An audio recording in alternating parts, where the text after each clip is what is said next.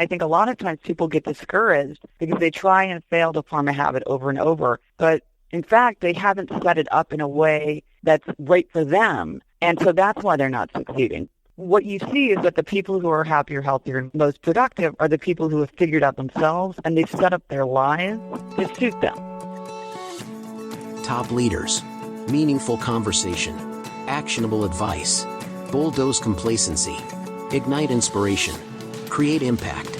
Produced by Southwestern Family of Companies. This is the Action Catalyst. Are you interested in advertising with the Action Catalyst? Our listeners could be hearing about your brand right here, right now. For details, shoot us an email at info@theactioncatalyst.com. Gretchen Rubin has books that were both instant New York Times bestsellers, The Happiness Project and Happier at Home. And she truly is one of the world's leading thinkers and writers on habits and happiness, and Better Than Before. It is a book all about how we change our habits. So Gretchen, thanks for being here.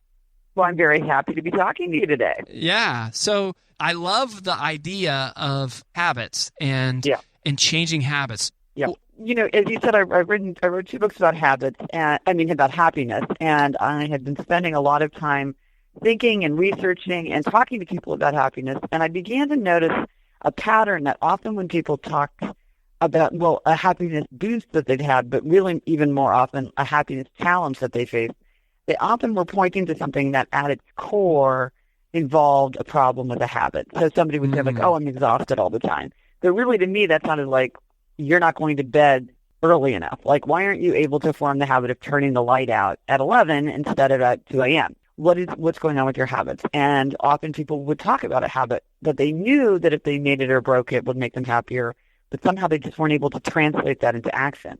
And then I had a lunch with a friend who made this casual comment that got me obsessed with habits. And she said, the thing is, I would be happier if I exercised. And when I was in high school, I was on the track team, and I never missed track practice. But I can't go running now. Why? This just floored me. I was like, what is it? It's the same behavior. It's the same person. What's different? What meant that at one point the habit was effortless, and now she can't do it, try as she might. And so then I was like, okay, that's it. My next book, Habits. I love it. Do you believe that there is kind of a one-size-fits-all solution to changing our habits, or do you think it's something different? I think that so many people say start small, or do it for 30 days, or have a cheat day, or do it first thing in the morning.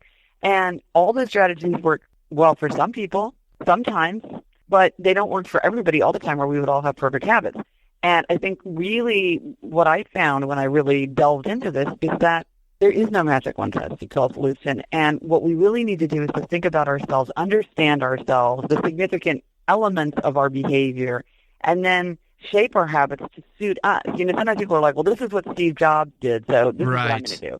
Well, that doesn't tell you anything about yourself. I mean, maybe it'll give you some interesting ideas, but it doesn't mean it's going to work for you. And I think a lot of times people get discouraged because they try and fail to form a habit over and over, but in fact, they haven't set it up in a way that's right for them, and so that's why they're not succeeding. But if they took a different approach, they might very well have a different outcome. And so in Better Than Before, what I'm trying to do is talk about, well, how do we understand ourselves as it comes to kind of our habit nature? What should we understand about ourselves?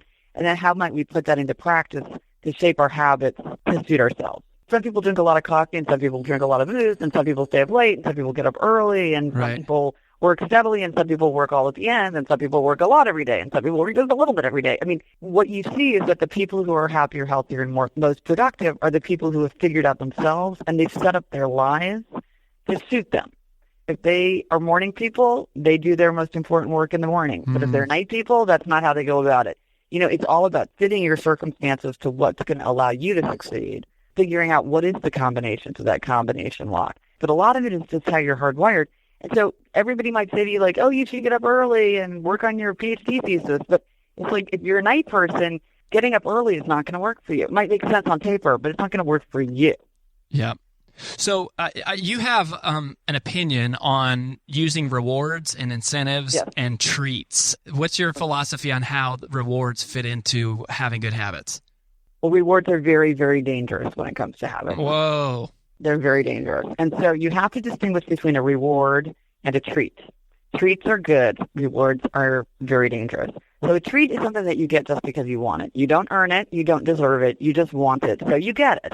And we should really load ourselves with healthy treats, because when we give ourselves treats, we feel comforted and taken care of, and our battery gets energized. And so that gives us more self-command. And we want our self-command to be as high as possible. We want self-control. We want willpower to be, we want those reserves to be very high.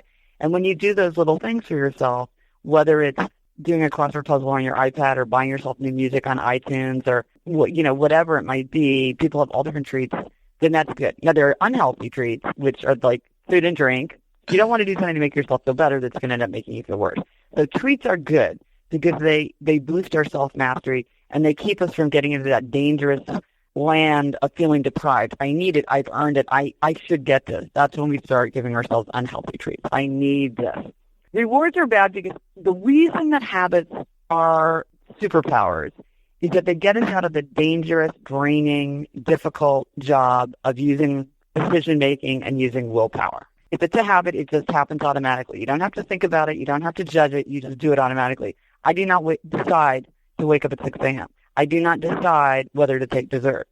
I just know, and that happens automatically. It doesn't take anything from me. And so that frees up my mind, and it frees me from having to use my self-control because it doesn't take any self-control. I know exactly what I'm going to do, and I do it. A reward, though, always requires a decision. Have you earned your reward? And that interferes with a habit because I'm saying, well, if I run, I get to have a beer. Well, I ran half today. Do I get a beer?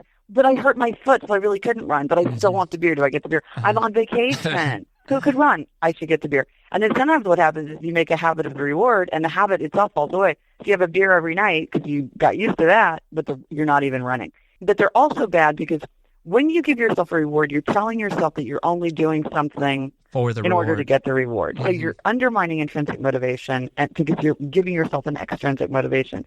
So you're saying, like, well, this is why I'm doing it. And with a habit, you want it to just happen automatically. You don't want to be judging it. And you don't want to give it a negative association. Like, you want to do it because you want to do it. And if you're rewarding it, then you're just teaching yourself that it's something that you wouldn't otherwise do. When also often we give ourselves perverse rewards. We give ourselves rewards that exactly contradict whatever we want. Like my friend who's like, the minute I lose 10 pounds, I'm going to have a big piece of chocolate cake.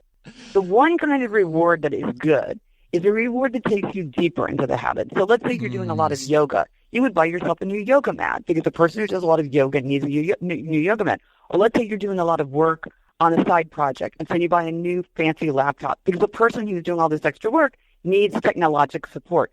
That makes sense. I talked to one company that had a really smart reward, which was that if you exercise 75 times in a year, you got the next year free. So the reward for exercise was more exercise. So that's a reward that's taking you deeper into the habit. It's not irrelevant to the habit or actually undermining the habit. It's just making it easier for you to do the habit and more pleasant. And that's good because the easier and more pleasant, more convenient it is to do a habit, the more likely we are to stick to it. That's my strategy of convenience. But you don't want a reward that's not related to it or that actually pushes you in the opposite direction. So rewards are dangerous. They're tempting. It's a tempting solution, but I think it's often counterproductive when it comes to habits. So how do I get myself to quickly change a habit? I think we often think of habits as forming very gradually. And I was surprised when I really started looking at the pattern of my habits is how often habits change very quickly. People say to me all the time, like, I want to go through my day making healthy choices. And I'm like, no, you don't. You don't want to spend your day making healthy choices because you'll probably choose wrong a lot of the time. You want to choose once, then no more choosing. Are you going to bring lunch today? Yes, you are. Are you going to eat fast food today? No, you're not. Are you choosing? No, you're not. That already happened. That happened months ago. You don't revisit that choice. There's no emotions. There's no debate. There's none of that inner struggle, which is so tiresome and boring. Today, tomorrow, doesn't count. It's just done. I love that. So there are some habits that are really simple, right? Like, to use one of your examples, is wearing a seatbelt. And then some are a little bit, they seem more involved or complex, like I'm trying to stop smoking or I'm trying to drink less or work out more. Do you feel like the same strategic plan works in both cases, or is it different depending on the complexity of the habit? Well, the easiest kind of habit is when it happens in exactly the same way every day. So, like, if you get up and the first thing you do is you brush your teeth, like, that's what I would call a fixed habit. Like, it happens exactly the same way. And so that's easier. You use the same strategies. So I identified 21 strategies that people use to shape their habits. You use the same strategies to make a habit or break a habit. It's the same strategies. And so with a simpler habit, it may take less to cement it in. But where if there's a more complex habit, then there has to be more thought put into, like, how do you get this into your life and keep it in there? How do you safeguard it too?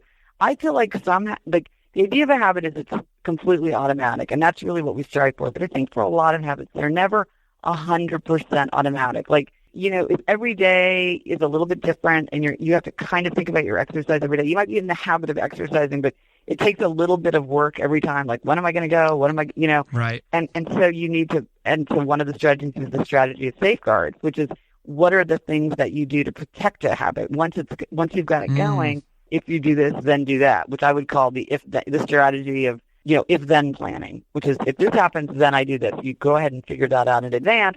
So with a simple habit, it might take less, and then a more complex habit might take a little more thought to figure out how to get that into place. I started a podcast myself. It's called Happier with Gretchen Rubin, and I talk about all this stuff. It's so much fun. Mm-hmm. And one of the first things that we talked about was the habit of making your bed, because whenever I talk to people about what habits do you feel like make you happier and more productive and feel healthier, and so often people mention it's the habit of making your bed. And as you say, it's a very simple habit because you can do it first thing in the morning, and then the rest of the day you're like, oh, look, if I did nothing else, I made my bed. And it's funny how much that resonates with people. Well, the book is called Better Than Before, Mastering the Habits of Our Everyday Lives. Thank you so much for being here. Thank you so much. It was great. I feel like we could talk for hours. On my website, which is just GretchenRubin.com, there's a bunch of there's blog posts about habits and also a lot of downloads, a habit change checklist, some one-pagers about working better than before, eating better than before, exercising better than before, like to get you started, because those are some of the habits people most want to form. A starter kit for people who want to start habits groups for people who are going to help each other change their habits. Mm-hmm. And I have this podcast called Happier with Gretchen Rubin, where we talk about a lot of these kinds of issues, science from ancient wisdom and also our own experiences. Well, GretchenRubin.com. Gretchen, thanks for being here. Excellent. If you enjoy this podcast, please make sure to subscribe. And to stay updated on everything that the Action Catalyst is up to, make sure to follow us on Facebook and Instagram at Action Catalyst Podcast and on Twitter at Catalyst_Action. And thanks for listening.